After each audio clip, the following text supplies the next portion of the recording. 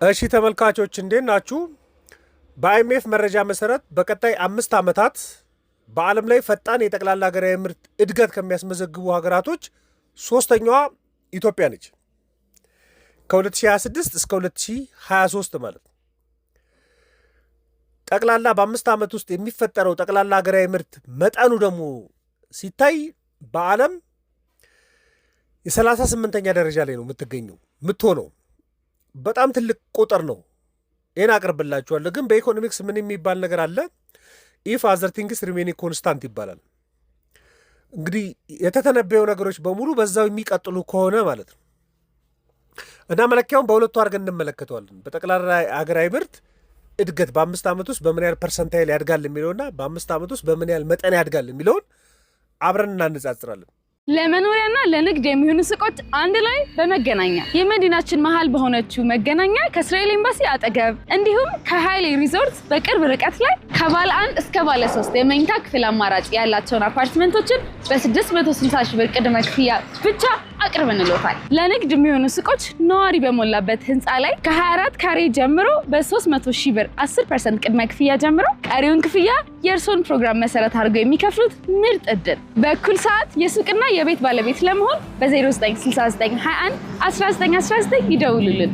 መደላድሎች ነን። በምቾት ይኖሩ። መጀመሪያ የዓለምን ስንመለከት በሚቀጥሉት 5 ዓመታቶች የቻይና ኢኮኖሚ በ5.7 ትሪሊየን ዶላር ይጨምራል። ምን ማለት ነው? በ5 ዓመት ውስጥ ኢኮኖሚው 5.7 ትሪሊየን ዶላር ይሰራል ማለት ነው። ሁለተኛዋ የአሜሪካ ነው። ወደ 5 ትሪሊየን ዶላር ይደምራል በ5 ዓመት ውስጥ። ሶስተኛ የህንድ ኢኮኖሚ ነው። ወደ 2.1 ትሪሊየን ዶላር በ5 ዓመት ውስጥ ጠቅላላ ሀገራዊ ምርቱ ላይ ይደምራል። እነዚህ ሶስት ሀገራቶች ብቻ የዓለምን ኦልሞስት 50% ወደ 49.7% ጠቅላላ ሀገራዊ ምርት የሚመነጨው ከነዚህ ከሶስት ሀገራቶች ነው። በአይኤምኤፍ ፕሮጀክሽን መሰረት ኖሚናል ነው፣ ሪል እንኳን አይደለም፣ ግን ኖሚናል እና ሪል ግሮዝ የሚያሳዩትም ሀገራቶች እነዚህ ናቸው። ኖሚናልም እነዚህ ናቸው። ከዚህ ውስጥ ኢትዮጵያ 38ኛ ደረጃ ላይ ነው ያለችው። በዚህ 5 ዓመት ውስጥ ምን ያህል ጠቅላላ ሀገራዊ ምርቷ ላይ ትደምራለች ነው የሚለው 92.2 ቢሊዮን ዶላር ማለት ነው።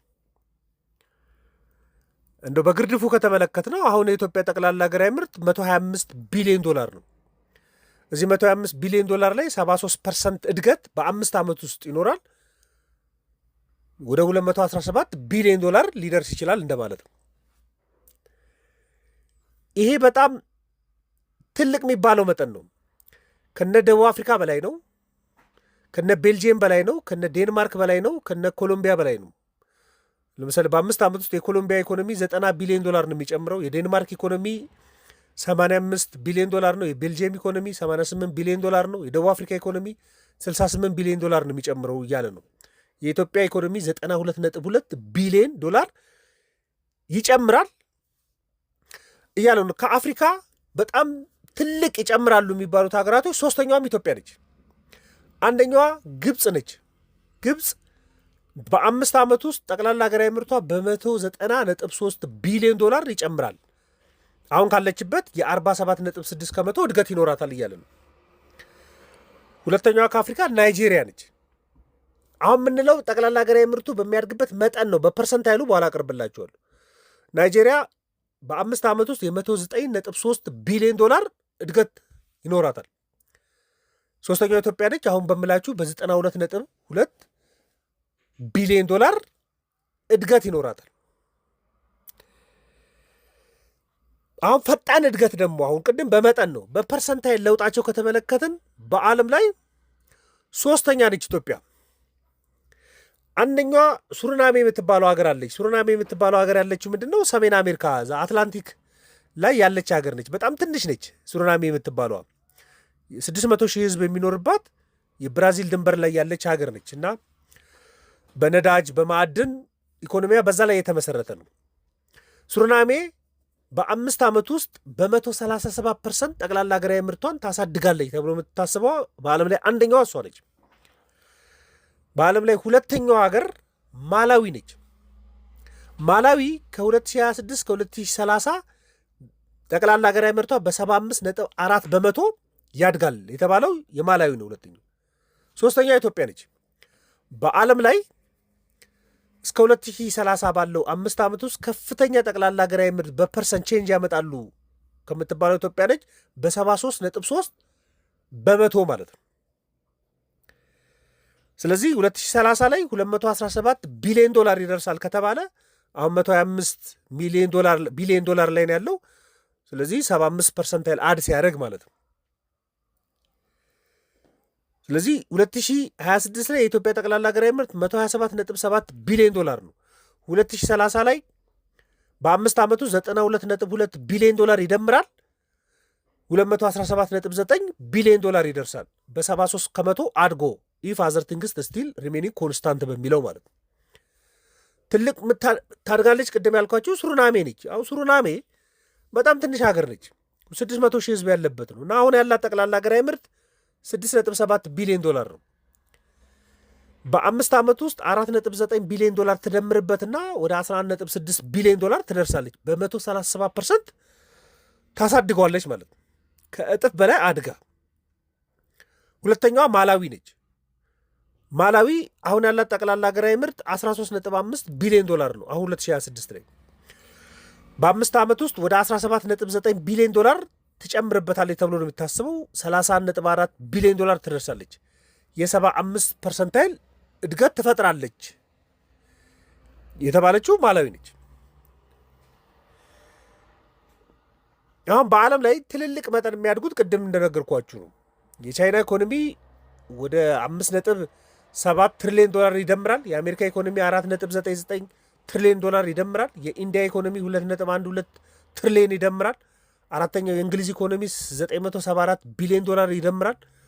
አምስተኛው የጀርመን ኢኮኖሚ ነው 685 ቢሊዮን ዶላር ይደምራል። ስድስተኛው ጃፓን ኢኮኖሚ ነው 656 ቢሊዮን ዶላር ይደምራል። እንግዲህ በመደመር ካየናቸው በሚደምሩት መጠን ላይ ከተመለከትን ቅድም እንደምነግራችሁ በዓለም ላይ 24ተኛዋ ግብፅ ነች። በአፍሪካ አንደኛዋ ግብፅ ነች 190 ቢሊዮን ዶላር ስለምደምር። በዓለም ላይ 36ተኛዋ ናይጄሪያ ነች። በአፍሪካ ሁለተኛ የሆነችው 109 ቢሊዮን ዶላር በመደመር በአፍሪካ ሶስተኛዋ። በዓለም 38ኛዋ ደግሞ ኢትዮጵያ ነች 92.2 ቢሊዮን ዶላር በመደመር ማለት ነው። ይህን ጠቅላላ ድምር በ5 ዓመት ውስጥ የሚፈጠረው 92.2 ቢሊዮን ዶላር በየዓመቱ የሚታደገው መጠን ብንመለከት ምናልባት ለ10 ከመቶና ከዛ በላይ የሚሆንም ሊሆን ይችላል። ብናካፍለው አይ ቲንክ ከ10 ከመቶ በላይ ነው። ከ10 ከመቶ በላይ ጠቅላላ ሀገራዊ ምርት የመደመር አሁን ኮንስታንት ሆኖ የሚሄድ ከሆነ ነው። ግን ኢፍ ሌሎች ነገሮች የሚፈጠሩ ከሆነ ኢኮኖሚ በዚሁ ፍጥነት ላይቀጥል ይችላል። ለምሳሌ ግጭት የሚኖር ከሆነ፣ ጦርነት የሚኖር ከሆነ፣ ሌሎች ኬዮሶች የሚፈጠሩ ከሆነ፣ ኢንዱስትሪዎቹ ያድጋሉ በሚባለው ልክ የማያድጉ ከሆነ፣ ኢምፖርትን ሰብስቲቱት ይደረጋል በሚባለው ልክ ሰብስቲቱት የማይደረግ ከሆነ፣ ዋጋ ንረትን መቆጣጠር የማይቻል ከሆነ፣ የምርት መጠን ማሳደግ የማይቻል ከሆነ፣ የመንግስትን ወጪ የሚያባብሱ ምክንያቶች የሚፈጠሩ ከሆነ፣ የምርት እንቅስቃሴ ጤነኛ የማይሆን ከሆነ፣ ኤክስፖርቱ በሚታሰበው ልክ የማያድግ ከሆነ፣ የዕዳ ጫና እየተቃለለ የማይሄድ ከሆነ ኢፋዘር ቲንግስ ሪሜን ኮንስታንት የሚባሉት እነዚህ ሀሳቦች ናቸው። ግን እነዚህን ማኔጅ ማድረግ የሚቻል ከሆነ ኢትዮጵያ ኢኮኖሚ በዓለም ላይ ትልቅ መጠን የሚደምረውም በፍጥነት በማደግ ላይ ትልቅ የሚባለው መጠን ነው የሚል መረጃ ለእናንተ ለማድረስ ነው። ማንኛውም ሀሳብ አስተያየት ካላችሁ ልንወያይበት እንችላለን። ይሄ ጀስት መረጃ ስለሆነ ነው እና ማንኛውም ሀሳብ አስተያየት ካላችሁ ዘኢትዮጵያ ኢኮኖሚስት ቪው ቴሌግራምና ፌስቡክ ላይ ልትልኩልኝ እንችላላችሁ። ለነበረን ቆይታ በሙሉ ከልብ አመሰግናችኋለሁ። መልካም ቀን።